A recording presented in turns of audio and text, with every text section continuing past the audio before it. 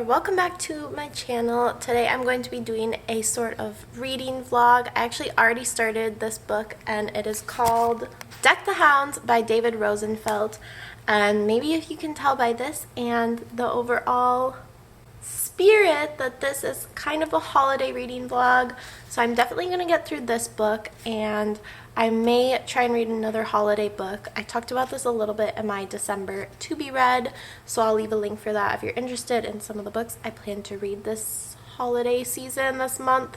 But I'm getting started on this one, which is really good so far. Classic Andy Carpenter, classic. It's just got that same flavor that you kind of come to expect, but basically, and this is actually, I've been reading the Andy Carpenter stories like completely out of sequence, so it's kind of funny because sometimes I'll read them and he'll talk about Lori like they're not married yet, and in this one, not only are they married, but they have a child, so it's kind of funny just like those little background details change so much because there are so many of these books. In this one, he's married to Lori and they have a son now. I'm not sure how old he is, but it's kind of funny to hear him make references to like Facebook and stuff. But anyway, the premise of this story is that they see on the news that a homeless man, somebody tried to like mug a homeless man, which is already kind of a weird thing, but we'll get into that later. Somebody tries to mug a homeless man on the news and the man fought back, and then also his dog fought back and bit the mugger attacker.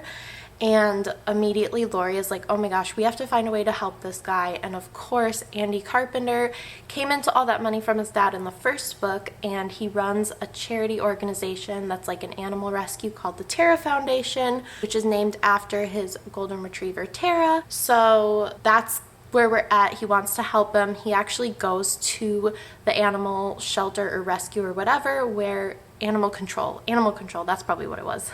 He goes to animal control where this dog, Zoe, is being held, this guy's dog, and he's like, well, we'll take her on for like the required 10 days that she has to be in custody, sort of, because she bit somebody, and then he's gonna release him back to her owner. But they've also got this apartment over their garage, and part of the condition of releasing the dog back to the owner is that the owner has to have an address. So basically he's like, no, come live in like our apartment above the garage. I should add, this is really all Lori's idea, which makes a lot more sense.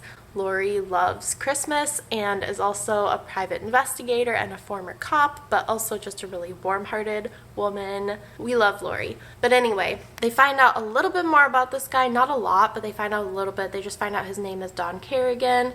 His dog Zoe is actually also pregnant, and then suddenly he's chatting with his buddies at his bar, Charlie's, and one of them says, oh, we're at the newspaper, we're going to write a story on this, and can we get the guy's name? So he gives the guy's name, and then Pete Stanton, the like detective that he knows, the cop he knows, is like, okay, we like ran that name, and apparently Don Kerrigan, the guy with the dog, was like wanted for a murder or something, but he was like, I've never been there, I wasn't at the scene.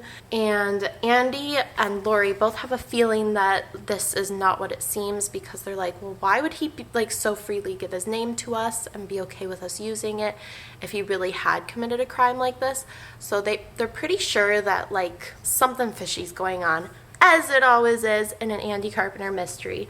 So I'm really excited to see where this goes. They always have like some crazy fun little roundabout bits. I like these books. They're kind of like a mystery, but like a feel-good mystery, so it's not too intense. Very excited to see what happens, but so far Andy is just going to like build a case, I guess, and figure out more about what happened. Of course, Lori, as I said, private investigator, she's going to investigate, and hopefully they get this guy, who I'm pretty sure is innocent, out and back with his dog. Judging by this cover, his dog is going to be having some puppies because, as I said, she's pregnant. So I'm very excited. I'll update you a little bit more on the story when I've read a little bit more. I'm starting to feel really festive now that it's like December, holiday season, so very excited, very festive, in the mood. Might make some hot chocolate and put up the stockings. We don't have a fireplace, so we put them on top of the TV. But we'll see. I don't know. I'm just gonna probably read some more.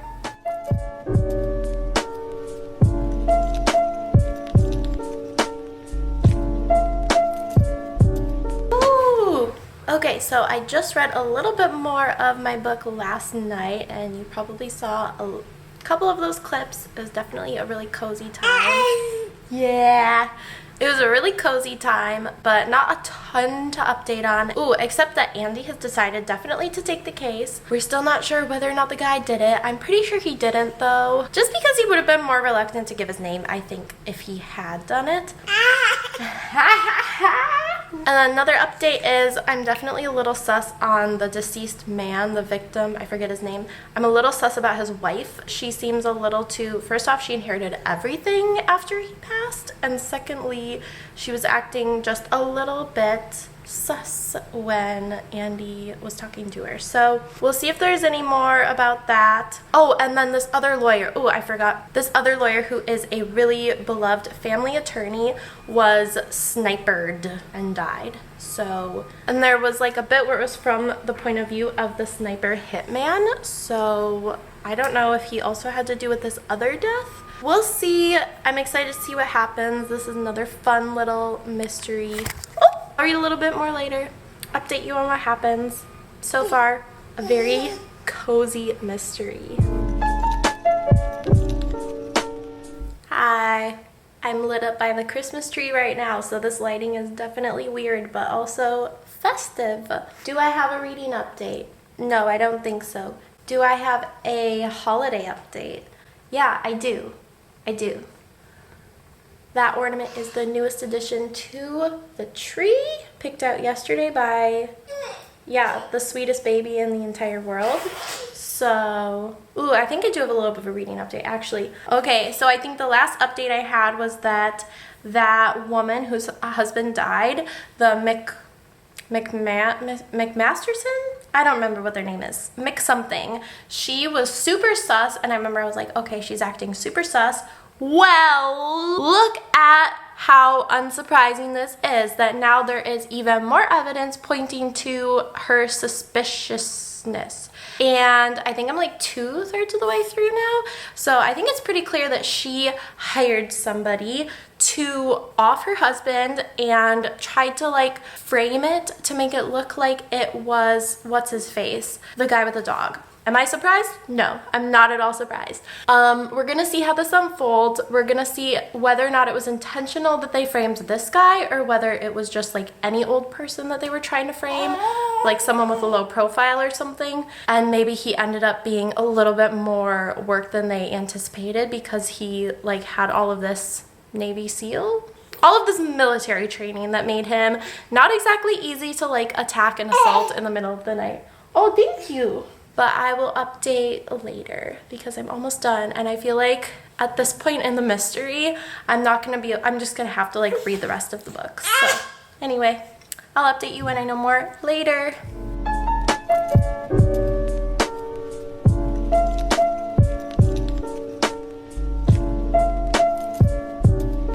This is gonna be my last update. Please excuse this really bad lighting.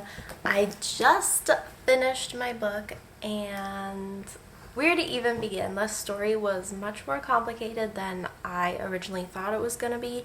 Even probably 3/4 of the way through, I started to realize that there were definitely a lot more components that were relevant. Throughout the story, there were these random little moments where they were talking about this sniper, like these sniper killings, and it seemed so random, like it didn't relate at all to the mystery, but obviously in the end it did, because like why would he include that in the book if it didn't? I just didn't even really think about it. And as I said, I had that hunch about the wife of the guy who died, Karen McMaster, I think was her name.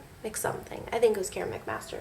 And so this was the murder that Kerrigan was framed for, and he definitely was framed, and in the end it was not Karen who was the one who did it. It was her like lover, I guess, but it was not about love. It was not about that.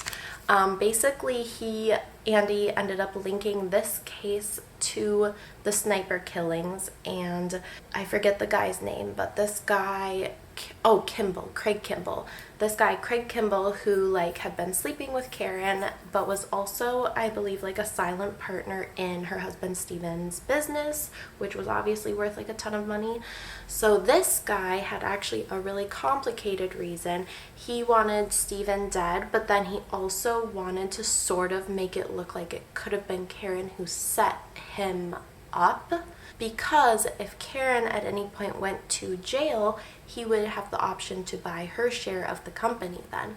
So it was a really kind of convoluted back and forth thing. And then as well, linking back to the sniper things, one of the sniper victims kidnapped the sniper and tried to make it look like he was doing all of these revenge killings on his ex-wife's lawyer, and then the judge who ruled the case. And the ex-wife and the lawyer had nothing to do about it. I think I mentioned that Ronald Lester lawyer was killed by a sniper. He was just a random unfortunate victim. The sniper ended up killing a few other people, and it was to make it look like these revenge killings for this one random guy, but really it was just to get this judge out of the way so that a new judge would be assigned a case. And the new judge who would be assigned the case was like planted and had a planned verdict that he was going to give. He had basically been bought out, and that judge ended up being killed as well. So it was just this really complicated thing, but basically Karen was not behind it. Kerrigan, the guy with the dog from the beginning, was also not behind it, obviously, as we already knew. And it really was this silent partner slash lover, intimate partner of Karen McMaster's. And what a complicated kind of story. I loved the way there was these random chapters that seemed like they had nothing to do with it, that were kind of this separate story. And like the whole time, basically until the last 2 chapters, I was like, how does this tie together? Like, how on earth is this going to tie together? I was really starting to be like, this is just random or something. I don't know. But it ended up tying together in the end, and it was really definitely a little bit more complex than I thought it would be, and I appreciated that a lot. I also loved it had the really happy ending, classic Andy Carpenter, and I just love like the warm fuzzy happy ending, the complicated mystery. It's definitely a cozy mystery, and of course the holiday vibes. I mean, honestly, 10 out of 10. 10 out of 10. Definitely recommend it. Loved reading it. A good time the whole time. But that's gonna be probably it for my reading vlog on this. My last update, I'm probably going to go eat some gummy bears now. I just got my booster shot, so feeling a little sore, but definitely protected. Please let me know below if you like a good cozy holiday mystery, and thank you so much for watching. I will see you later.